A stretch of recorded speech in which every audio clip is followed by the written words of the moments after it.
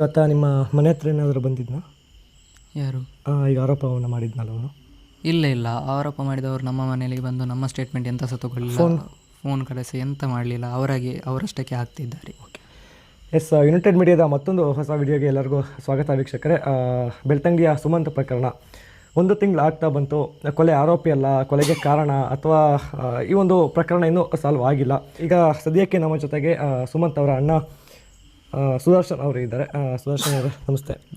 ಈಗ ನಿಮ್ಮ ಮೇಲೆ ಕೆಲವೊಬ್ಬೊಬ್ಬರು ಆರೋಪವನ್ನು ಮಾಡ್ತಾ ಇದ್ದಾರೆ. ಅಂದರೆ ಒಬ್ಬ ಪತ್ರಕರ್ತ ಅಂತ ಹೇಳ್ಕೊಂಡು ಓಡಾಡುವಂಥ ಒಬ್ಬ ವ್ಯಕ್ತಿ ಏನು ಆರೋಪವನ್ನು ಮಾಡಿದ್ದಾನೆ ಅಂದರೆ, ನೀವು ನಿಮ್ಮ ಫೋನ್ನಲ್ಲಿ ರಾತ್ರಿ ಯಾರ ಜೊತೆಗೆ ಚಾಟ್ ಮಾಡ್ತಾಯಿದ್ರಿ, ವಿಡಿಯೋ ಚಾಟ್ ಮಾಡ್ತಾಯಿದ್ರಿ. ಅದನ್ನು ನಿಮ್ಮ ಪಕ್ಕದಲ್ಲಿ ಮಲಗಿದಂತಹ ಸುಮಂತ್ ನೋಡಿ ಆನಂತರ ಅದನ್ನು ಮನೆಯವರೆಲ್ರಿಗೂ ಕೂಡ ಹೇಳ್ತಾನೆ ಅನ್ನೋ ಒಂದು ಭಯದಿಂದ ನೀವೇ ಅವನಿಗನ್ನು ಕೊಲೆಯನ್ನು ಮಾಡಿದ್ದೀರಾ ಅನ್ನುವಂಥದ್ದನ್ನು ಹೇಳ್ತಾರೆ. ನನಗೆ ಗೊತ್ತು, ಒಂದು ರೀತಿಯಲ್ಲಿ ನಿಮಗೆ ನೋವು ತರುವಂಥ ಒಂದು ಸ್ಟೇಟ್ಮೆಂಟು. ಸೊ ಇದ್ರ ಬಗ್ಗೆ ಏನು ಹೇಳ್ತೀರಾ?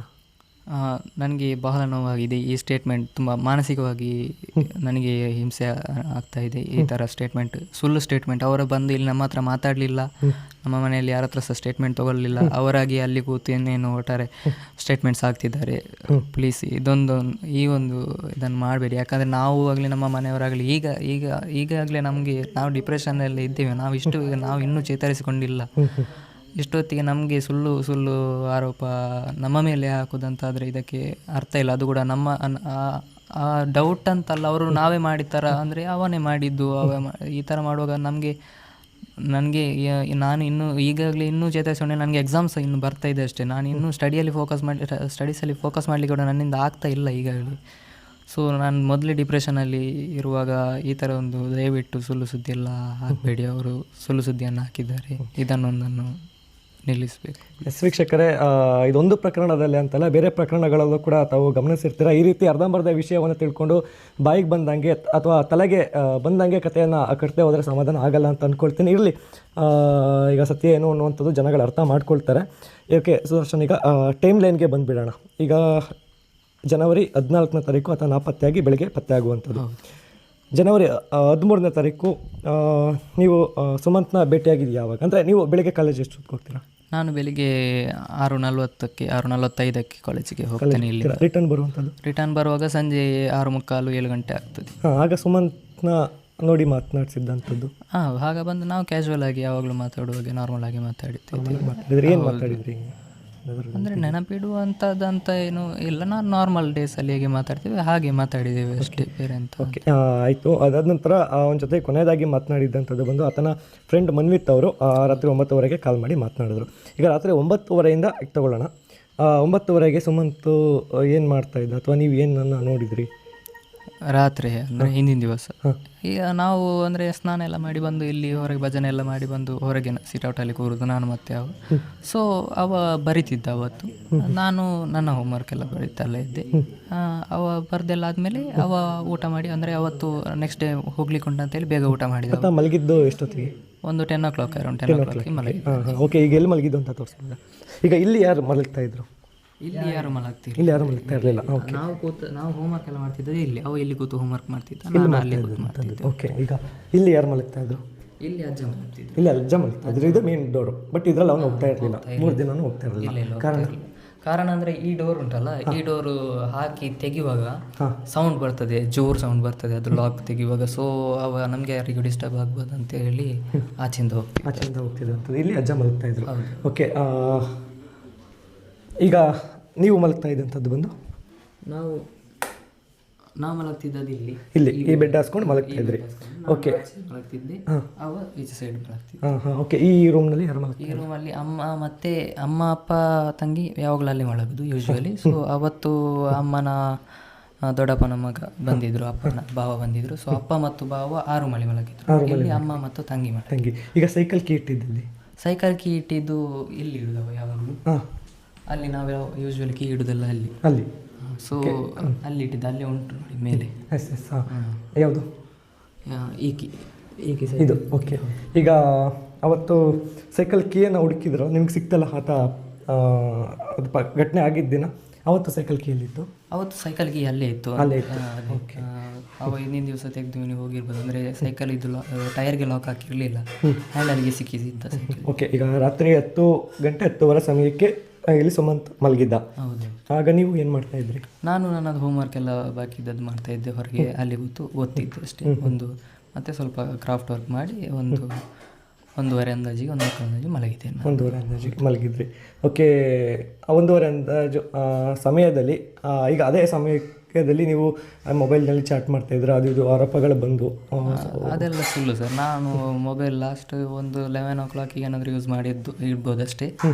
ಯಾರೋ ಫ್ರೆಂಡ್ಸಿಗೆಲ್ಲ ಇರೋದು ಗುಡ್ ನೈಟ್ ಅಂತ ಹೇಳಿರ್ಬೋದಷ್ಟೇ. ಮತ್ತು ಆನ್ಲೈನಲ್ಲಿ ಇತ್ತು ಅಂದರೆ ನಾನು ಓದ್ತಿದ್ದೆ ಅಲ್ಲ, ಸೊ ವಾಟ್ಸಪ್ಪಲ್ಲೆಲ್ಲ ನಾವು ಓದಿದ್ರೆ PDF ಅಲ್ಲಿ ಅದರಲ್ಲಿ ಓದಿದ್ದು. ಸೊ ಅದೆಲ್ಲ ಆದಮೇಲೆ ಆಫ್ಲೈನ್ ಹೋಗಿದ್ದೀನಿ 1:30 ಅಂದಾಜು. ಅದೆಲ್ಲ ಮ್ಯಾಟರ್ ಆಗಲ್ಲ ಅಂತ ಅಂದ್ಕೊಳ್ತೀನಿ. ಓಕೆ, ಈಗ ಸುಮಂತು ಈಗ ಬೆಳಗ್ಗೆ ನಾಪತ್ತೆ ಆಗಿದ್ದಾನೆ ಅನ್ನುವಂಥ ಒಂದು ಮಾಹಿತಿ ಹೇಗೆ ಗೊತ್ತಾಯಿತು? ನಾನು 6 ಗಂಟೆಗೆ ಎದ್ದಿದ್ದೇನೆ. ಯೂಶ್ವಲಿ 6 ಗಂಟೆಗೆ ಹೇಳೋದು ನಾನು. 6 ಗಂಟೆಗೆ ಎದ್ದು ಸ್ನಾನ ಮಾಡಿ, ಆವಾಗ ಅಮ್ಮ ಸಹ 6 ಗಂಟೆಗೆ ಹೇಳೋದು.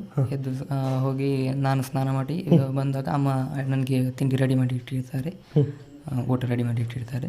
ನಾನು ಊಟ ಮಾಡ್ತಾ ಇರುವಾಗ ಒಂದು 6:40 ಆಗಿದೆ ಅರೌಂಡ್. ಸ್ನಾನ ಎಲ್ಲ ಮಾಡಿಲ್ಲ ಆದಮೇಲೆ 6:40 ಹತ್ರ ಆಗಿದೆ. ನಾವು ಊಟ ಮಾಡ್ತಾರೆ, ಅಮ್ಮ ಟಿಫಿನ್ ಎಲ್ಲ ರೆಡಿ ಮಾಡ್ತಿದ್ರು. ಅವಾಗ ಅವನ ತಮ್ಮನ ಫ್ರೆಂಡ್ ಒಬ್ಬ ಕಾಲ್ ಮಾಡಿ ಕೇಳಿದ್ದು, ಸುಮಂತ್ ಯಾಕೆ ಇವತ್ತು ಬರಲಿಲ್ಲ ಅಂತ, ದೇವಸ್ಥಾನಕ್ಕೆ ಯಾಕೆ ಬರಲಿಲ್ಲ ಅಂತ. ಆವಾಗಲೇ ಗೊತ್ತಾದದ್ದು. ಆವಾಗ ಅಮ್ಮ ಪ್ಯಾನಿಕ್ ಆಗಿ ಎಲ್ಲ ಕಡೆಯಲ್ಲಿ ಹುಡುಕಿದ್ರು. ಅಮ್ಮ ಸ್ವಲ್ಪ ಜ್ವರ ಹೇಳಿ ಬೊಬ್ಬೆ ಹಾಕಿದ್ರು, ತಮ್ಮ ಕಾಂತಿಲ್ಲ ಅಂತ, ಹೋಗಲಿಲ್ಲ ಅಂತ ಅಲ್ಲಿಗೆ ಅಂತ. ಅಷ್ಟು ಕೇಳಿ ಆದ ಕೂಡಲೇ ನಾನು ಓಡಿದ್ದೇನೆ ಇಲ್ಲಿಂದ. ಹೋಗಿ ಅವ ಸೈಕಲ್ ಇಡುವ ಜಾಗಕ್ಕೆ ಎಲ್ಲ ಓಡಿ ಹೋಗಿದ್ದೇನೆ. ಆವಾಗ ತಂದೆ ಸಹ ಬಂದಿದ್ದಾರೆ. ಹಾಗೆ ಅಲ್ಲೆಲ್ಲ ಹುಡುಕಿದ್ವಿ, ಸೈಕಲ್ ಅಲ್ಲೇ ಇತ್ತು. ಸೊ ಎಲ್ಲಾದರೂ ಗೇರ್ಗಟ್ಟೆ ಹೋಗಿದ್ದಾನ, ಆಚೆ ನಡ್ಕೊಂಡು ಹೋಗಿದ್ದಾನ ಅಂತ ಹೇಳಿಕೊಂಡು ಗೇರ್ಗಟ್ಟೆಗೆ ಹೋಗಿ ಅಪ್ಪ ಆಚೆಯಿಂದ ನಡ್ಕೊಂಡು ಹೋದ್ರು. ನಾನು ಈಚೆಯಿಂದ ಸ್ಕೂಟಿ ತೊಗೊಂಡೆಲ್ಲ ಹೋಗಿ 4 ದೇವಸ್ಥಾನಕ್ಕೆಲ್ಲ ಹೋಗಿ ಅಲ್ಲೆಲ್ಲ ಹುಡುಕಿ ವಾಪಸ್ ಸಮುದ್ರಕ್ಕೆ ವಾಪಸ್ಸೇ ಬಂದದ್ದು. ಓಕೆ, ಈಗ ಅವತ್ತು ಏನಾಯಿತು ಪ್ರಕರಣ? ನೀವು ಅವತ್ತು ಬಾಡಿಯನ್ನು ನೋಡಿದ್ರಾ? ಏನೆಲ್ಲ ಇಂಜುರೀಸ್ಗಳಿತ್ತು? ಸ್ವಲ್ಪ ಡೀಟೇಲಿಗಾಗಿ ನೋಡಿದ್ರಾ? ತೆಗೆಯುವಾಗ ನಾನು ಹೊತ್ತಲ್ಲಿ ನಾನು ನೋಡಲಿ, ಅಂದರೆ ಜನ ಎಲ್ಲ ಸೇರಿದ್ರು, ನಾನು ಈಚೆ ಇದ್ದೆ. ಅಂದರೆ ಅಷ್ಟೊಳಗೆ ನಾವು ಅದರಲ್ಲಿ ಇತ್ತಂತ ಇಮ್ಯಾಜಿನ್ ಕೂಡ ಮಾಡಲಿರಲಿಲ್ಲ ನಾನು. ಸೊ ಅಷ್ಟೊತ್ತಾಗುವಾಗ ಸಿಕ್ಕಿದ ಅಂತ ಹೇಳಿದ ಕೂಡಲೇ ಮತ್ತೆ ಹೋಗಿ ಅವಾಗ ಬಾಡಿ ಮೇಲೆ ಮಲಗಿಸಿದ್ರು. ಅವಾಗ ನೋಡಿದ್ದೆ ಅಷ್ಟೇ. ಈಗ ಏನು ಅಂದರೆ ಆರೋಪಗಳು ಅಥವಾ ಕೆಲವೊಂದೊಂದು ಸುದ್ದಿಗಳು ಬರ್ತಾ ಇರುವಂಥದ್ದು, ತಲೆಗೆ ತೆಂಗಿನಕಾಯಿ ಬಿದ್ದಿದೆ ಅಥವಾ ಆತನೇ ಮಿಸ್ಸಾಗಿ ಜಾರಿ ತಲೆಗೆ ಹೊಡ್ಕೊಂಡು ನೀರಿನೊಳಗೆ ಬಿದ್ದ, ಈ ರೀತಿ ಇದೆ. ತಲೆ ಮೇಲೆ ಇದ್ದಂಥದ್ದು ಪೆಟ್ಟು ಯಾವ ರೀತಿ ಇತ್ತು? ತಲೆ ಮೇಲಿದ್ದ ಅಂದರೆ ನಾನು ಪೋಸ್ಟ್ ಮಾರ್ಟಮಿಗೆ ಹೋಗುವಾಗ, ಮಂಗಳೂರಿಗೆ ಹೋಗುವಾಗ ಅಲ್ಲಿ ನಾನು ಗಾಯ ನೋಡಿದ್ದೆ. ಅದು ಶಾರ್ಪ್ ಎಡ್ಜಿಂದ ಹೊಡೆದಾಗಿ ಕಾಣಿಸ್ತು ನನಗೆ ಗಾಯ. ಅಂದರೆ ಕರೆಕ್ಟ್ ಬೋರ್ಡೆ ಇದು ಹೊಡೆದಾಗಿತ್ತು, ಒಳಗಿದ್ದು ವೈಟ್ ಮೆದಲ್ ಥರ ಅಂತ ಕಾಣ್ತಿತ್ತು. ಸೊ ಶಾರ್ಪ್ ಎಡ್ಜಾಗಿ ಹೊಡೆದಾಗಿ ಇತ್ತು. ಮತ್ತು ಪ್ಲಸ್ ಪೋಸ್ಟ್ ಮಾರ್ಟಮಲ್ಲಿ 2 ಗಾಯ ಕಂಡಿದಂತ ಹೇಳಿದ್ದಾರೆ. ಅಂದರೆ ನನಗೆ ತೆಂಗಿನಕಾಯಿ ಎಲ್ಲ ಬಿದ್ದರೆ 2 ಗಾಯ ಆಗುವ ಪಾಸಿಬಿಲಿಟೀಸ್ ಇಲ್ಲ. ಬಿದ್ದರೂ ಸಹ ಜಜ್ಜಿದಾಗೆ ಅಂತ ಇರಬೇಕಿತ್ತಲ್ಲ ಗಾಯ. ಪ್ಲಸ್ ಬೇರೆ ಎಂತಾದರೂ ಅವ ಅಲ್ಲಿಗೆ ಹೋಗಿ ಬಿದ್ದು ಆಗದಂತಾದರೆ ರಕ್ತ ಅಲ್ಲಿ ಮಾತ್ರ ಇರಬೇಕಿತ್ತು. ಅವ ಹೋದ ದಾರಿಯಲ್ಲಿ ರಕ್ತ ಉಂಟು ಅಲ್ಲಿ. ಸೊ ಅದು ಸಹ ಪಾಸಿಬಿಲಿಟೀಸ್ ಇಲ್ಲ ಅಂತ ನನಗೆ ಅನಿಸ್ತದೆ. Yes, okay. ಈಗ ಸುಮಂತು ನಿಮಗೆ ಒಂದು ರೀತಿಯಲ್ಲಿ ತಮ್ಮ ಮಾತ್ರ ಅಂತಲ್ಲ, ಫ್ರೆಂಡ್ ರೀತಿ ಅನ್ನುವಂಥದ್ದು ಕೂಡ ಗೊತ್ತಾಯಿತು. ಸುಮಂತ್ ನಿಮ್ಮ ಹತ್ರ ಮನೆಯವ್ರ ಹತ್ರ ಶೇರ್ ಮಾಡದೇ ಇರೋಂಥದ್ದು ಏನಾದರೂ ಶೇರ್ ಮಾಡಿದ್ನ? ಉದಾಹರಣೆಗೆ, ನನಗೆ ಸ್ಕೂಲ್ನಲ್ಲಿ ಇವ್ರು ಕಂಡ್ರಾಗಲ್ಲ, ಅಥವಾ ಒಂದು ರೀತಿಯಲ್ಲಿ ನನಗೆ ಯಾರು ಏಟ್ ಮಾಡ್ತಾರೆ ಅನ್ನುವಂಥದ್ದಾಗಿರ್ಬೋದು, ಅಥವಾ ಹೊರಗಡೆ ಅಥವಾ ದೇವಸ್ಥಾನಕ್ಕೆ ಹೋಗಿ ಬರ್ತಾ ಇರುವಂಥದ್ದು, ಅಲ್ಲಿ ಏನಾದ್ರು ಕಿರಿಕಿರಿ ಮಾಡ್ಕೊಳ್ಳುವಂಥದ್ದು ಯಾರ ಹತ್ರ ಏನಾದರೂ? ಇಲ್ಲ, ಯೂಶ್ವಲಿ ಅಂದರೆ ನಾವು ಮನೆಯಲ್ಲಿ ಎಲ್ಲರೂ ಫ್ರೆಂಡ್ಲಿಯಾಗಿರ್ತೇವೆ. ಅಂದರೆ ನಾವು ಶೇರ್ ಮಾಡೋದಂತ ಹೇಳಿದ್ರೆ ನಾವು ಈಗ ಸಂಜೆ ಚಹಾ ಕುಡಿಯುವಾಗೆಲ್ಲ ಎಲ್ಲರೂ ಒಟ್ಟಿಗೆ ಕೂತು ಕುಡಿಯೋ ಅದೆಲ್ಲ ಅಭ್ಯಾಸ. ಸೊ ನಾವು ಶೇರ್ ಮಾಡಿದ್ರೆ ನಾನಾಗಲಿ ಅವಾಗಲಿ ತಂದೆ ತಾಯಿ ಹತ್ರ ಎಲ್ಲ ಶೇರ್ ಮಾಡ್ತೇವೆ. ಸೊ ಅವ ಸಹ ನನ್ನ ಹತ್ರ ಶೇರ್ ಮಾಡ್ತಾನೆ. ಆ ಥರ ದ್ವೇಷ ಮಾಡಿದ್ದು, ಹೊಡೆದದ್ದು, ಆ ಥರ ಎಂಥ ಗಲಾಟೆ ಆದದ್ದು ವಿಷಯ ಎಂಥ ಆ ಥರ ಶೇರ್ ನನಗೆ ಮಾಡಲಿಲ್ಲ, ಎಂತ ಸಹ ಹೇಳಲಿಲ್ಲ. ಆ ಥರ ಹುಡುಗ ಸಹ ಅವ ಅಲ್ಲ. ಓಕೆ, ಈಗ ಇಲ್ಲಿ ನಿಮ್ಮ ಮನೆ ಬೇರೆ ಮನೆಗಳಿಗೂ ಇಂದ ದೂರನೇ ಇದೆ. ಈಗ ನಿಮ್ಮ ಅಕ್ಕಪಕ್ಕ ಬೇರೆ ಯಾರಾದರೂ ಅಪರಿಚಿತರು ಬಂದಿದ್ದಂಥದ್ದನ್ನು ಏನಾದರೂ ಮಾಹಿತಿ ಹಿಂದೆ ಪ್ರಕರಣ ಆಗೋದಕ್ಕಿಂತ ಮುಂಚೆಯಿಂದ ಏನಾದರೂ ಕೇಳಿತ್ತ? ಇದಕ್ಕಿಂತ ಮುಂಚೆ ಪ್ರಕರಣ ಆಗೋದಕ್ಕಿಂತ ಮುಂಚೆ ಬಂದಿದ್ದಾರೆ, ಆ ಥರ ಅಪರಿಚಿತರು ಬಂದಿದ್ದಾರೆ ಅಂತ ಯಾವ ಮಾಹಿತಿ ಸಹ ನಮಗೆ ಇಲ್ಲಿ ಸಿಗಲಿಲ್ಲ. ಅಪರಿಚಿತರು ಇಲ್ಲಿ ಸಹ ಅಂತ ನಾನು ಸಹ ಯಾರನ್ನು ಸಹ ಆ ಥರ ಗಮನಿಸಲಿಲ್ಲ. ಕಳ್ತನ ಆಗುವಂಥದ್ದು, ತೋಟದಲ್ಲಿ ಕಳ್ಳರು ಬರುವಂಥದ್ದು ಇಲ್ಲ. ಈ ಏರಿಯಾದಲ್ಲಿ ಇದುವರೆಗೆ ಆ ಥರದ ಕಳ್ಳತನ ಅಂತ ದೊಡ್ಡದಂತ ನಮಗೆ ಇಲ್ಲ. ಒಳ್ಳೆ ಏರಿಯಾ ಆಗಿತ್ತು. ಇದನ್ನು ಎಕ್ಸ್ಪೆಕ್ಟೇ ಮಾಡಲಿಕ್ಕೆ ಆಗ್ತಿಲ್ಲ ಈ ಏರಿಯಾದಲ್ಲಿ. ಮತ್ತು ಡಾಗ್ ಸ್ಕ್ವಾಡ್ ಕೂಡ ಬಂದಿತ್ತು. ಸೊ ಆ ಡಾಗ್ ಸ್ಕ್ವಾಡ್ ಏನು ಮಾಡ್ತು? ಡಾಗ್ ಸ್ಕ್ವಾಡ್ ಫಸ್ಟಿಗೆ ಅವತ್ತೇ ಬಂದಿತ್ತು. ಬಂದು ಅವನ ಇನ್ನರ್ವೇರಲ್ಲಿ ಹಾಕಿದ್ದ. ಅದನ್ನು ಸ್ಮೆಲ್ ಮಾಡಿ ಅಲ್ಲಿ ತನಕ ಹೋಗಿದೆ. ಅಲ್ಲಿ ಅವನ ಬ್ಲಡ್ ಬಿದ್ದ ತನಕ, ಕೆರೆ ತನಕ ಹೋಗಿದೆ ಅದು. ಮತ್ತು ಅವನ ಬ್ಲಡ್ ಎಲ್ಲಿ ತನಕ ಬಿದ್ದಿದೆ ಅಲ್ಲಿ ತನಕ ಮಾತ್ರ ಹೋಗಿದೆ ಆ ಡಾಗ್. ನೆಕ್ಸ್ಟ್ ಮತ್ತೊಂದು ಸಲ ಬಂದದ್ದು ಮರುದಿನ ಆ ಕೆರೆ ನೀರು ಖಾಲಿ ಮಾಡುವ ಲೈಟ್ ಸಿಕ್ಕಿತ್ತು. ಅವಾಗ ಡಾಗ್ ಸ್ಕ್ವಾಡ್ ತಂದಿದ್ರು. ಅದು ಬರುವಾಗ ಅದು ಲೈಟ್ ಮೂಸಿ ಈಚೆ ಕಡೆನೇ ಬರ್ತಿರುವಾಗ ದಾರಿಯಲ್ಲಿ ಅದಕ್ಕೆ ನಮ್ಮ ನಾಯಿಗಳು ಅಟ್ಯಾಕ್ ಮಾಡಿದ್ರಿಂದ ಅದು ಡೈವರ್ಟ್ ಆಯಿತು. ಸೊ ಅದನ್ನು ವಾಪಸ್ ಕರ್ಕೊಂಡೋದ್ರು, ವಾಪಸ್ ಬರಲಿಲ್ಲ. ಓಕೆ. ಈಗ ನಿಮ್ಮ ಪ್ರಕಾರ ಏನಾಗಿರೋ? ನಿಮ್ಮ ಪ್ರಕಾರ ಅಲ್ಲ, ಯಾರ ಮೇಲಾದರೂ ಅನುಮಾನ ಅಂತ ಯಾರ ಮೇಲೆ ಸಹ ಬರ್ತಿಲ್ಲ. ಅಂದರೆ ನಮ್ಮ ಮನೆಯವರಾಗಲಿ, ಇಲ್ಲಿ ನಾವಾಗಲಿ, ತಮ್ಮ ಆಗಲಿ, ಯಾರ ಮೇಲೆ ಸಹ ದ್ವೇಷ, ಆ ಥರ ಗ್ರೆಜ್ ಆಗಲಿ ಯಾರ ಹತ್ರ ಸಹ ಇಲ್ಲ ನಮಗೆ. ನಾವು ಎಲ್ಲರ ಹತ್ರ ಒಳ್ಳೆಯದ್ರಲ್ಲೇ ಇದ್ದದ್ದು. ಇಲ್ಲೇ ಯಾರ ಹತ್ರ ಕೇಳಿದ್ರು ಹೇಳ್ತಾರೆ, ನಾವಾಯಿತು, ನಮ್ಮ ಫ್ಯಾಮಿಲಿ ಆಯಿತು, ಇಷ್ಟೇ ನಮ್ಮ ಅದರಲ್ಲಿ ಇದ್ದದ್ದು. ಸೊ ಎಲ್ಲರ ಹತ್ರ ಡೀಸೆಂಟಾಗಿ ಒಳ್ಳೆ ರಿಲೇಷನ್ಶಿಪ್ ಮೇಂಟೈನ್ ಮಾಡ್ತಿದ್ವಿ. ಸೊ ಇದನ್ನು ನನಗೆ ಎಕ್ಸ್ಪೆಕ್ಟ್ ಮಾಡಲಿಕ್ಕೆ ಆಗ್ತಿಲ್ಲ ಯಾರಿಂದ ಸಹ ಆಗಿರ್ಬೋದು ಅಂತ. ನನಗೆ ಯಾರದನ್ನು ಕೂಡ ಹೊಳಿತಿಲ್ಲ, ಅನುಮಾನ ಅಂತ ಬರ್ತಾ ಇಲ್ಲ ಯಾರ ಮೇಲೆ. ಓಕೆ. ಈಗ ನಿಮ್ಮ ಪ್ರಕಾರ ಏನಾಗಿರ್ಬೋದು ಅಂತ ಹೇಳ್ತೀರಾ? ಅಂದರೆ ನಾನು ಯಾರೋ ಹೊಡೆದದೊಂದು ಹೌದು ಅಂತ ಅನ್ನಿಸ್ತದೆ. ಅಂದರೆ ಯಾರೋ ಹೊಡೆದದ್ದೇ ಹೌದು. ಸೊ ಅಂದರೆ ನಾರ್ಮಲ್ ಆಗಿ ನ್ಯಾಚುರಲ್ ಅವರ ಅಸಹಜ ಅಲ್ಲ ಅದು. ಯಾಕಂದರೆ ಆ ಥರ ಇಲ್ಲ ಅಲ್ಲಿ ಸಿನಾರಿಯೋ. ಸೊ ಅವನ ತಲೆಗೆ ಅದು ಗಾಯ ಆಗಲಿ, ಅವರು ಬೇರೆ ರೆಂಬೆಕೊಂಬೆ ಬಿದ್ದದ್ರಲ್ಲಿ ಅಲ್ಲಿ ರೆಂಬೆಕೊಂಬೆ ಎಲ್ಲಿ ಸಹ ಇಲ್ಲ, ತೆಂಗಿನಕಾಯಿ ಸಹ ಸಿಗಲಿಲ್ಲ. ಸೊ ತೆಂಗಿನಕಾಯಿ ಬಿದ್ದಿದ್ರೆ ಸಹ ಗಾಯ ಆ ಥರ ಇಲ್ಲ. ಎರಡೆರಡು ಗಾಯ ಉಂಟು. ಮತ್ತು ರಕ್ತ ದಾರಿಯಲ್ಲಿ ಡ್ರಾಪ್ ಬಿದ್ದು ಕಲ್ಲತ್ರ ಜಾಸ್ತಿ ಬಿದ್ದದುಂಟು. ಅಲ್ಲಿಯೇ ಬಿದ್ದದಲ್ಲ, ಅಲ್ಲಿ ಬಿದ್ದಿದ್ರೆ ಅಲ್ಲಿ ಮಾತ್ರ ಇರಬೇಕಿತ್ತು. ಸೊ ಇದು ಯಾರೋ ಮಾಡಿದ್ದಂತಲೇ ಅನಿಸ್ತದೆ. ಓಕೆ. ಈಗ ಸುಮಂತ್ ಬಾಡಿ ಸಿಕ್ತಲ್ಲ, ಆಗ ಅವರ ತಾಯಿ ಹಿಂದಿನ ದಿನ ಮಾರನೇ ದಿನ ಅವನು ಹಾಕೊಂಡು ಹೋಗೋದಕ್ಕೆ ಬಟ್ಟೆ ಎತ್ತಿಟ್ಟಿದ್ರಲ್ಲ, ಅದನ್ನೇ ಹಾಕ್ಕೊಂಡಿದ್ದ? ಹೌದು, ಹಾಕ್ಕೊಂಡಿದ್ದ. ಮತ್ತು ಅವನು ಹಿಂದಿನ ದಿನ ಹಾಕಿದ ಬಟ್ಟೆನ ಬೆಚ್ಚಿ ಇಲ್ಲಿ ಹಾಕಿದ್ದ? ಅಂದರೆ ಅದು ಒಳಗೆ ನಮ್ಮ ಇಲ್ಲಿ ಟೈಲರಿಂಗ್ ಮಿಷಿನ್ ಉಂಟು. ಅದರ ಮೇಲೆ ಅಮ್ಮ ಹಿಂದಿನ ದಿವಸ ರೆಡಿ ಮಾಡಿ ಇಟ್ಟಿರ್ತಾರೆ, ಒಂದು ಪ್ಯಾಂಟ್ ಮತ್ತು ಶರ್ಟ್. ಇದನ್ನು ಹಾಕಿ ಹಿಂದಿನ ದಿವಸ ನೈಟ್ ಹಾಕಿದ್ದನ್ನು ಅಲ್ಲೇ ಟೈಲರಿಂಗ್ ಮಿಷಿನ್ ಮೇಲೆ ಇಟ್ಟು ಹೋಗ್ತೀವಿ. ಈಗ ಸ್ಲಿಪ್ಪರ್ನು ಕೂಡ ಹಾಕೊಂಡು ಹೋಗಿದ್ದೆ, ಅದನ್ನು ಕೂಡ ಗಮನಿಸಿದ್ವಿ. ಈಗ ಇಂದಿನ ದಿನದ ಒಂದು ಟೈಮ್ ಲೈನನ್ನು ಎತ್ಕೊಂಡ್ರೆ, ಎಕ್ಸಾಂಪಲ್ ಆಗಿ ಅವನು ಇಲ್ಲಿಂದ ಒಟ್ಟಿನಲ್ಲಿ ಮನೆಯಿಂದ ಆಚೆ ಹೋಗಿದ್ದಾನೆ, ಸ್ಲಿಪ್ಪರ್ ಹಾಕ್ಕೊಂಡಿದ್ದಾನೆ ಅಂದರೆ, ಈಗ ಅವನು ಹೇಗೆ ಹೋಗ್ತಾ ಇದೆ ಇಲ್ಲಿಂದ ಎದ್ದು? ಇಲ್ಲಿಂದ ಎದ್ದು ಎಕ್ಸಾಕ್ಟ್ಲಿ ನನಗೆ ಹೇಗೆ ಹೋಗ್ತಿದ್ದ ಅಂತ ಗೊತ್ತಿಲ್ಲ. ಅಂದರೆ ನಾನು 7-6 ಗಂಟೆಗೆ, ಅವ ಬೆಳಿಗ್ಗೆ 4:45 ಅಂದಾಜಿಗೆ ಎದ್ದು ಹೋಗಿದ್ದಾನೆ ಅಂತೆ, 5 ಗಂಟೆ ಅಂದಾಜಿಗೆ ಎದ್ದು ಹೋಗಿದ್ದಾನೆ. ಸೊ ಅವ ಎಕ್ಸಾಕ್ಟ್ಲಿ ಹೇಗೆ ಹೋಗಿದ್ದಾನೆ ಅಂತ ಗೊತ್ತಿಲ್ಲ. ಬಟ್ ಯೂಶಲಿ ಶಾಲೆಗೆಲ್ಲ ಹೊರಡುವಾಗ ಇಲ್ಲಿಂದ ಎದ್ದು ಈಚೆಯಿಂದ ಹೋಗಿ ಸ್ನಾನ ಮಾಡಿ ಓಕೆ. ಅದಕ್ಕಿಂತ ಮುಂಚೆ ಹೋಗುವಾಗ ಇಲ್ಲಿಂದ ಎದ್ದು ಹಿಂದಿನ ಡೋರಿಂದಾಗಿ ಸ್ನಾನ ಮಾಡಿ ವಾಪಸ್ ಬಂದು ಸೌಂಡ್ ಎಲ್ಲ ಮಾಡಿ ಮೆಲ್ಲ ಒಂದು ಡಿಸ್ಪ್ಲೇ ಲೈಟಲ್ಲಿ ಹೋಗೋದು, ಹೊರಗೆಲ್ಲ ಹೋಗಿ ಸ್ನಾನ ಮಾಡಿ ವಾಪಸ್ ಬಂದು ಡ್ರೆಸ್ ಚೇಂಜ್ ಮಾಡಿ ಅಲ್ಲಿಂದಲೇ ಆ ಬಾಗಿಲಿಂದಲೇ ಹೋಗ್ತಿದ್ದ ಹಿಂದಿನ ಬಾಗಿಲು. ಈಗ ಕೊನೆಯದಾಗಿ ಏನು ಹೇಳ್ತೀರಾ? ಹೇಳೋದಿಷ್ಟೇ, ಇದುವರೆಗೆ ಹೇಳಿದಿಷ್ಟೇ, ಇನ್ನು ಹೇಳೋದಿಷ್ಟೇ. ನಮಗೆ ಯಾರು ಮಾಡಿರಂತ ಸಿಗಲೇಬೇಕು. ಯಾರು ಇದನ್ನು ಮಾಡಿದಾನ ಅಪರಾಧಿ, ಅವ ಸಿಗಲೇಬೇಕು. ನಮಗೆ ನ್ಯಾಯ ಬೇಕು. ನನ್ನ ತಮ್ಮನನ್ನು ಯಾರು ಈ ಥರ ಮಾಡಿದಾರ ಅವ ಸಿಗಲೇಬೇಕು. ಪ್ಲಸ್ ಅದೇ ಈ ಸುಳ್ಳು ಆರೋಪಗಳನ್ನು ಒಂದನ್ನು ಬೇಯಿಸಬೇಡಿ. ಯಾಕಂದರೆ ನಮ್ಮ ಕುಟುಂಬ ಎಷ್ಟು ನೊಂದಿದ್ದಾರೆ, ನನ್ನ ತಂದೆ ತಾಯಿ ಎಷ್ಟು ನೊಂದಿದ್ದಾರೆ ಅಂತ ನನಗೆ ಗೊತ್ತುಂಟು.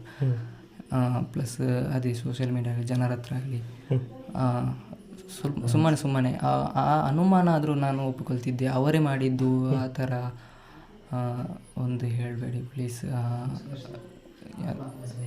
ಅದೇ ನಾನು ಇಷ್ಟನೇ ಹೇಳ್ತೇನೆ, ನನ್ನ ಕುಟುಂಬಕ್ಕೆ ಈ ಥರ ಬಂದು ನಮ್ಮ ಕುಟುಂಬದಲ್ಲಿ ಇನ್ನೊಂದು ಏನಾದರೂ ಈ ಸುಳ್ಳು ಸುದ್ದಿಗಳಿಂದಾಗಿ ನಾವು ಇಲ್ಲ ಅವರೇ ಕಾರಣ ಆಗ್ತಾರೆ ಯಾರು ಮಾಡ್ತಾರೆ. ಮತ್ತು ಇನ್ನು ನನಗೆ ಹೋಪ್ಸ್ ಇರೋದು ಇದೊಂದೇ, ನಾನು ಒಂದು ತಮ್ಮನ ಕಳ್ಕೊಂಡಿದ್ದೇನೆ. ಇನ್ನು ನನಗೆ ನನ್ನ ಮನೆಯವರು ನಾನು ಮಾತ್ರ ಇರೋದು. ಸೊ ಪ್ಲೀಸ್ ಅದೊಂದು ತುಂಬ ರಿಕ್ವೆಸ್ಟ್ ಮಾಡ್ತೇನೆ ನಾನು. ಇಲ್ಲಿಗೆ ಬಂದು ನಮ್ಮ ಸ್ಟೇಟ್ಮೆಂಟ್ ತೊಗೊಂಡು ಏನಾದರೂ ಹೇಳೋದಿದ್ರೆ ಅದನ್ನು ಜನರಿಗೆ ಹೇಳಿ ಹೊರತು, ಸತ್ಯ ಸಂಗತಿ ಇದ್ದನ್ನು ಹೇಳಿ ಹೊರತು ಸುಳ್ಳು ನಿಮಗೆ ಏನು ತಲೆಗೆ ಬಂತು ಅದನ್ನೊಂದು ಪ್ಲೀಸ್ ಹಾಕಬೇಡಿ. ಅಂತ ಹಾಕಿದರೆ ನಾವು ಕಾನೂನು ಕ್ರಮ ತಗೊಳ್ತೇವೆ. Okay, thank you. ನೋಡಿದ್ರಲ್ಲ ವೀಕ್ಷಕರೇ, ಇದು ಸುಮಂತ್ ಅವರ ಅಣ್ಣ ಸುದರ್ಶನ್ ಅವರು ಮಾತನಾಡಿರುವಂಥದ್ದು. ದಯವಿಟ್ಟು ಜನಗಳಲ್ಲಿ ಕೇಳ್ಕೊಳ್ಳುವಂಥದ್ದು ಅಷ್ಟೇ, ಯಾರು ಕೂಡ ಈ ರೀತಿಯಾದ ಸುಳ್ಳು ಆರೋಪಗಳನ್ನು ಮಾಡಬೇಡಿ. ಕಮೆಂಟ್ ಮೂಲಕನೂ ತುಂಬ ಜನ ಮಾಡ್ತಾಯಿದ್ರ, ಮನೆಯವರು ಹಾಗೆ ಮಾಡಿರ್ಬೋದು ಹೀಗೆ ಮಾಡಿರ್ಬೋದು ಅಂತ. ವಾಸ್ತವ ಸತ್ಯ ಇಲ್ಲಿಗೆ ಬಂದಂಥವ್ರಿಗೆ ಮಾತ್ರ ಗೊತ್ತಾಗುವಂಥದ್ದು, ಅವ್ರ ಮನೆಯವ್ರನ್ನ ಮಾತನಾಡಿಸಿದಂಥವ್ರಿಗೆ. ಸುಮ್ಮನೆ ಆ ರೀತಿಯೆಲ್ಲ ರೂಮರ್ಸ್ಗಳನ್ನು ಹಬ್ಬಿಸ್ಬೇಡಿ. ಮತ್ತು ಇಂಥ ಯಾರು ಈಗ ಪತ್ರಕರ್ತರು ಮನೆಯಲ್ಲೇ ಕೂತು ಅರ್ಧಂಬರ್ಧ ವಿಷಯವನ್ನು ತಿಳಿಸ್ಕೊಂಡು ಕಥೆಯನ್ನು ಕಟ್ಟುವಂಥವ್ರನ್ನ ಮಾತನ್ನ ಕೇಳಿಕೊಂಡು ಸುಮ್ಮನೆ ಆರೋಪಗಳನ್ನು ಮಾಡಬೇಡಿ ಅಂತ ಕೇಳ್ಕೊಳ್ಳುವಂಥದ್ದು. ವೀಕ್ಷಕರೇ, ಇದೇ ಒಂದು ದಾರಿಯಲ್ಲಿ ಸುಮಂತ್ ಬೆಳಿಗ್ಗೆ ನಡ್ಕೊಂಡು ಹೋಗ್ತಾ ಇದ್ದಂಥದ್ದು 2 ದಿನಗಳ ಹಿಂದೆ. ಆ್ಯಂಡ್ ದೆನ್ ಅವತ್ತಿನ ದಿನ ಅಂದರೆ 14ನೇ ತಾರೀಕು ಅವನು ನಾಪತ್ತೆಯಾಗಿ ಮೃತದೇಹವಾಗಿ ಪತ್ತೆ ಆಗ್ತಾನೆ. ಅವತ್ತು ಕೂಡ ಇದೇ ದಾರಿಯಲ್ಲಿ ನಡೆದುಕೊಂಡು ಹೋಗಿರುವಂಥದ್ದು. ಆಲ್ಮೋಸ್ಟ್ ಇಷ್ಟೇ ಕತ್ತು ಇರ್ತಾ ಇತ್ತು ವೀಕ್ಷಕರೇ. ಬೆಳಗಿನ ಜಾವ 4:45 ಗಂಟೆಯ ಸಮಯಕ್ಕೆ ಅವನ ಹತ್ರ ನಮ್ಮ ಹತ್ರ ಈಗ ಈ ಒಂದು ಲೈಟ್ನ ಹಾಕಿ ತೋರಿಸ್ತಾ ಇದ್ವಿ. ಫೋಕಸ್ ಇರೋದ್ರಿಂದ ನಿಮಗೆ ಸುತ್ತಮುತ್ತ ಎಲ್ಲ ಕಾಣ್ತಾ ಇದೆ. ಸೊ ಅವತ್ತು ಅವನ ಹತ್ರ ಇದ್ದಂಥದ್ದು ಬಂದು ಏನು ತಲೆಗೆ ಕಟ್ಕೊಳ್ತಾರೆ ಆ ಒಂದು ಟಾರ್ಚ್ ಮಾತ್ರ ಇದ್ದಂಥದ್ದು. ಅದರ ಬೆಳಕು ಏನು ಒಂದು 10 ಅಡಿ ಅಷ್ಟೇ ಹೋಗ್ತಾ ಇತ್ತು ಅಂತಲೇ ಹೇಳ್ಬೋದು. ವೀಕ್ಷಕರೇ, ಈಗ ಈ ಒಂದು ದಾರಿಯಲ್ಲಿ ನೆಡ್ಕೊಂಡು ಬಂದರೆ ಅವ್ರ ಮನೆಯಿಂದ ಬಂದು ಸೀದಾ ಇಲ್ಲಿಂದ ಅಲ್ಲಿ ಏನು ದಾರಿ ಕಾಣಿಸ್ತಾ ಇದೆ ಆ ಒಂದು ದಾರಿಯಲ್ಲಿ ಅವನ ಒಂದು ರೂಟ್ ಇದ್ದಂಥದ್ದು, ಡೈಲಿ ಓಡಾಡ್ತಿದ್ದಂಥದ್ದು ಬಂದು. ಬಟ್ಟು ಆತ ಪತ್ತೆ ಆಗಿದ್ದಂಥದ್ದು ಬಂದು ಇಲ್ಲಿ ನಮಗೆ ಏನು ಕೆರೆ ಕಾಣ್ತದೆ, ಸೊ ಇದರ ಒಳಗಡೆ, ಅದು ಆ ಸೈಡ್ನಲ್ಲಿ ಅಲ್ಲ, ಈ ಭಾಗದಲ್ಲಿ ಪತ್ತೆ ಆಗಿದ್ದಂಥದ್ದು. ಮತ್ತು ಇಲ್ಲಿಯ ಸ್ಥಳೀಯರು ಅಥವಾ ನೋಡಿದಂಥವ್ರು ಹೇಳ್ತಾ ಇರುವಂಥದ್ದು ಏನು ಅಂದರೆ, ಯಾವಾಗ ಅವನ ಬಾಡಿ ಸಿಕ್ತು ಆ ಸಮಯದಲ್ಲಿ ಈಗ ಏನು ದಾರಿಯನ್ನು ತೋರಿಸ್ತಾ ಇದ್ದೀನಿ, ಇಲ್ಲಿ ಯಾರೋ ನಡೆದು ಹೋಗಿರುವಂಥ ಒಂದು ಸಂಶಯ ಇದೆ ಅನ್ನುವಂಥದ್ದನ್ನ ಹೇಳ್ತಾ ಇದ್ದಾರೆ. ಯಾಕಂದರೆ ಇಲ್ಲಿ ಗಿಡ ಎಲ್ಲವೂ ಕೂಡ ಒಂದು ರೀತಿಯಲ್ಲಿ ಏನೋ ಕಾಲಿಟ್ಟು ತುಂಬಿದಿರೋ ರೀತಿಯಲ್ಲಿ ಕಾಣ್ತಾ ಇತ್ತು ಅನ್ನುವಂಥದ್ದನ್ನ ಹೇಳ್ತಾ ಇದ್ರು. ಇನ್ ಕೇಸು ಅವನೇನಾದರೂ ಕಾಲು ಜಾರಿ ಬಿದ್ದಿದ್ದಾನೆ ಅಥವಾ ಅವನ ತಲೆ ಮೇಲೆ ಏನಾದರೂ ತೆಂಗಿನಕಾಯಿ ಬಿದ್ದಿದೆ ಅನ್ನುವಂಥದ್ದು ಕೂಡ ಇದ್ದರೆ ನಾನು ನಿಮಗೆ ಈಗ ತೋರಿಸ್ತೀನಿ, ನೋಡ್ಬೋದು. ಇಲ್ಲಿ ತೆಂಗಿನ ಮರ ಅಲ್ಲಿ ಒಂದು ಬಿಟ್ಟರೆ ಬೇರೆ ಇನ್ಯಾವುದು ಕಾಣಿಸೋದಕ್ಕೆ ಸಿಗೋದಿಲ್ಲ. ಉಳಿದೆಲ್ಲವೂ ಕೂಡ ಅಡಿಕೆ ಮರ ಅಂತಲೇ ಹೇಳ್ಬೋದು.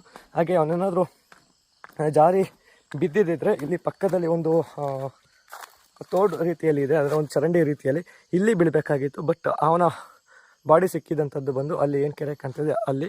ಮತ್ತು ಈಗೇನು ನೋಡ್ತಾ ಇದ್ದೀವಿ ಇದೇ ಒಂದು ಪಂಪ್ ಹೌಸು. ಸೊ ಇದು ಮೇಲೂ ಕೂಡ ಸಾಕಷ್ಟು ಅನುಮಾನಗಳು ಇದೆ ಅಂತಲೇ ಹೇಳ್ಬೋದು. ಏನಂದರೆ ಈ ಪಂಪ್ ಹೌಸ್ನಲ್ಲಿ ಏನಾದರೂ ಅನೈತಿಕ ಚಟುವಟಿಕೆಗಳು ಏನಾದರೂ ನಡೀತಾ ಇದ್ದಂಥದ್ದು ಅವನೇನಾದರೂ ನೋಡಿದ್ದಿದ್ರೆ ಸೊ ಅದನ್ನು ಮುಚ್ಚಿ ಹಾಕೋದಕ್ಕೆ ಅಥವಾ ಆ ಒಂದು ಸಾಕ್ಷಿಯನ್ನು ನಾಶ ಮಾಡೋದಕ್ಕೆ ಸೊ ಇವನಿಗೆ ಈ ರೀತಿ ಮಾಡಿರ್ಬೋದು ಅನ್ನುವಂಥ ಒಂದು ಅನುಮಾನವನ್ನು ಕೂಡ ಉಟ್ಕೊಳ್ಳುವಂಥದ್ದು ವೀಕ್ಷಕರೇ. ಸೊ ಈಗೇನು ನೋಡ್ತಾ ಇದ್ವಿ ಇದೇ ದಾರಿಯಲ್ಲಿ ಅವನು ಹೋಗಬೇಕಾಗಿತ್ತಂತು. ಬಟ್ ಈಗ ನಾನು ನಿಮ್ಗೇನು ತೋರಿಸ್ತಾ ಇದ್ದೀನಿ, ಈ ಒಂದು ದಾರಿಯಲ್ಲಿ ಅವನು ಹೋಗಿರುವಂಥದ್ದು ಅಂತ ಅಥವಾ ಅವನನ್ನು ತೆಗೆದುಕೊಂಡು ಹೋಗಿರುವಂಥದ್ದು ಅಂತ ಕನ್ಫರ್ಮ್ ಆಗಿರುವಂಥದ್ದು ವೀಕ್ಷಕರೇ. ಹೇಗೆ ಅಂದರೆ ಈ ದಾರಿಯ ಉದ್ದಕ್ಕೂ ಕೂಡ ಅವನ ಒಂದು ಬ್ಲಡ್ ಬಿದ್ದಿರುವಂಥದ್ದು ಪಾಯಿಂಟ್ ಟೈಮ್ನಲ್ಲಿ ವೀಕ್ಷಕರೇ. ಸೊ ಅದರಿಂದ ಅವನಿಗೆ ಈ ಒಂದು ಜಾಗದಲ್ಲಿ ಅಥವಾ ಕೆರೆ ಏನಿದೆ ಅಲ್ಲಿಂದ ಆ ಕಡೆಯ ಭಾಗದಲ್ಲಿ ಪೆಟ್ಟಾಗಿದೆ ಅಥವಾ ಯಾರೋ ಒಬ್ಬರು ಹೊಡೆದಿದ್ದಾರೆ.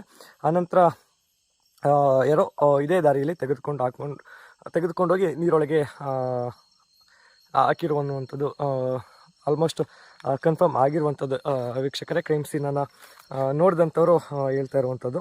ವೀಕ್ಷಕರೇ, ಈಗ ನಾವು ಏನು ನಡ್ಕೊಂಡು ಹೋಗ್ತಾ ಇದ್ದೀವಿ ಇದೇ ಒಂದು ದಾರಿಯಲ್ಲಿ ಸುಮಂತ್ ನಡ್ಕೊಂಡು ಹೋಗಿ ಅಲ್ಲಿ ಏನು ತೋರಿಸ್ತಾ ಇದ್ದೀನಿ ಆ ಒಂದು ಜಾಗದಲ್ಲಿ ನಿಂತಿರುವಂಥ ಒಂದು ಸೈಕಲ್ನ ಹತ್ಕೊಂಡು ಹೋಗಬೇಕಾಗಿತ್ತು.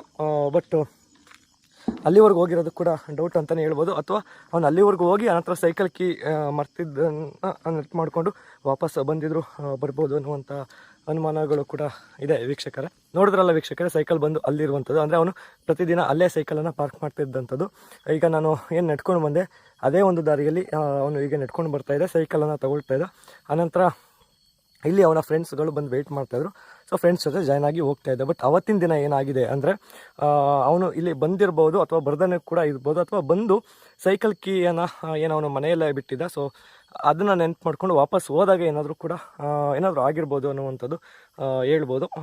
ದೆನ್ ಅವತ್ತು ಆ ಒಂದು ಸಮಯಕ್ಕೆ ಇಲ್ಲಿ ಆತನ ಫ್ರೆಂಡ್ಸ್ಗಳು ಕೂಡ ಬಂದಿದ್ದರು ಅನ್ನುವಂಥ ಒಂದು ಮಾಹಿತಿ ಇದೆ ವೀಕ್ಷಕರೇ. ಆ್ಯಂಡ್ ದೆನ್ ಅವರ ಫ್ರೆಂಡ್ಸ್ಗಳು ಕೂಡ ಸಾಕಷ್ಟು ಮಾಧ್ಯಮಗಳಲ್ಲಿ ಆ್ಯಂಡ್ ನಮ್ಮ ಜೊತೆಗೂ ಕೂಡ ಹೇಳಿದರು. ಇಲ್ಲಿವರೆಗೂ ಕೂಡ ಯಾವಾಗ ಬೆಳಗಿನ ಜಾವ 5 ಗಂಟೆ ಸಮಯಕ್ಕೆ ಬಂದು ಆತನಿಗೋಸ್ಕರ ವೆಯ್ಟ್ ಮಾಡಿದ್ದಾರೆ. ಆ್ಯಂಡ್ ಆಗ ಅವ್ರು ಹೇಳಿದಂಥದ್ದು ಸೈಕಲ್ ಕೂಡ ಇಲ್ಲೇ ಇತ್ತು, ಅವನು ಇಲ್ಲಿಗೆ ಬಂದಿರಲಿಲ್ಲ ಅಂತ. ಸೊ ಅವರು ಒಂದು 5 ರಿಂದ 10 ನಿಮಿಷಗಳ ಕಾಲ ವೆಯ್ಟ್ ಮಾಡಿಕೊಂಡು ಅನಂತರ ಅವರು ರಿಟರ್ನ್ ಹೋಗಿರುವಂಥದ್ದು. ಸೊ ವೀಕ್ಷಕರೇ, ಇದು ಬಂದು ಸುಮಂತ್ನ ಒಂದು ಟೈಮ್ ಲೈನ್. ಸೊ ಇವತ್ತಿಗೆ ಸುಮಾರು 25 ದಿನಗಳಾಯಿತು ಅಂತಲೇ ಹೇಳ್ಬೋದು. ಇನ್ನೂ ಕೂಡ ಆರೋಪಿ ಯಾರು ಅಂತಲ್ಲ, ಏನು ಕಾರಣ ಆತನ ಒಂದು ಸಾವಿಗೆ ಅನ್ನುವಂಥದ್ದು ಕೂಡ ಗೊತ್ತಾಗಿಲ್ಲ. ಪೊಲೀಸ್ನವರು ಏನು ಮಾಡ್ತಾ ಇದ್ದಾರೆ ಅನ್ನುವಂಥ ಆರೋಪಗಳು ಎಲ್ಲ ಕಡೆ ಕೇಳಿ ಬರ್ತಾ ಇದೆ. ಸೊ ನೋಡೋಣ ಇನ್ನೂ ಕೂಡ ಎಷ್ಟು ದಿನ ತಗೊಳ್ಳುತ್ತೆ ಈ ಒಂದು ಪ್ರಕರಣ ಬಗೆಹರಿಯೋದಕ್ಕೆ.